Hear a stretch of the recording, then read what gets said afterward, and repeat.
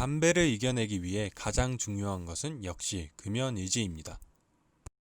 하지만 의지만으로 금연에 성공하는 사람은 불과 100명 중 4명 꼴이라고 할 정도로 담배의 중독성은 강합니다. 그렇다면 단순히 의지로 참는 것 외에 다른 효과적인 방법은 무엇이 있을까요?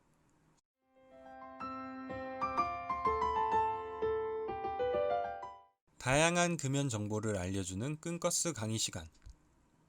오늘 강의 주제는 나에게 맞는 금연 방법 찾기입니다. 지금부터 성공적인 금연을 위한 금연 방법 몇 가지를 소개해 드리겠습니다. 먼저 가장 대표적인 금연 방법인 금연 보조제를 사용하는 방법이 있습니다. 이는 니코틴 중독으로 인한 금단 증상과 이로 인한 흡연 욕구를 억제하기 위한 방법으로 크게 니코틴 대체 요법과 약물 요법으로 나뉩니다. 니코틴 대체 요법은 담배에 있는 다른 유해 물질들은 배제하면서 니코틴을 외부에서 공급해주는 금연 보조 요법입니다.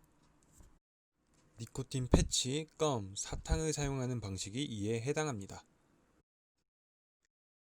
이와 같은 니코틴 대체제는 사용 방법이나 금기사항을 숙지하고 필요한 경우 의사와의 상담을 통해 사용 방법 및 용량 등을 조절해야 합니다. 약물요법은 니코틴 의존을 치료하기 위한 단기간의 보조요법으로 니코틴 대체요법과 달리 니코틴이 없는 약물을 통해 담배의 역할을 대신합니다.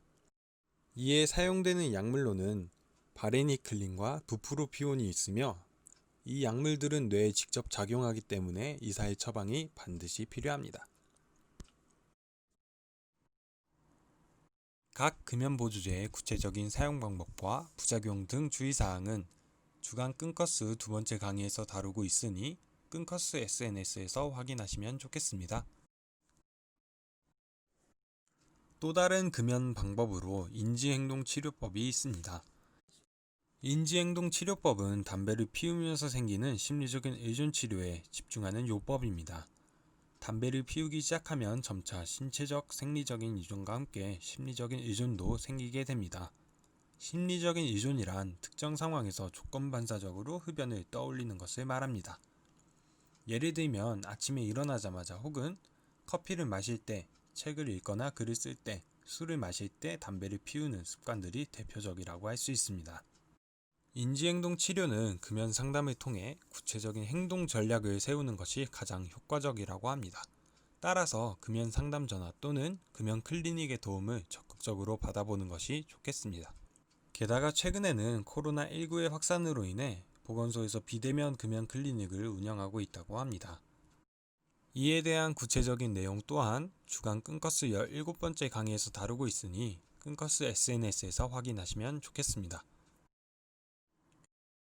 내게 맞는 금연 방법을 통해 금연 꼭 성공하시길 응원합니다. 끈커스였습니다.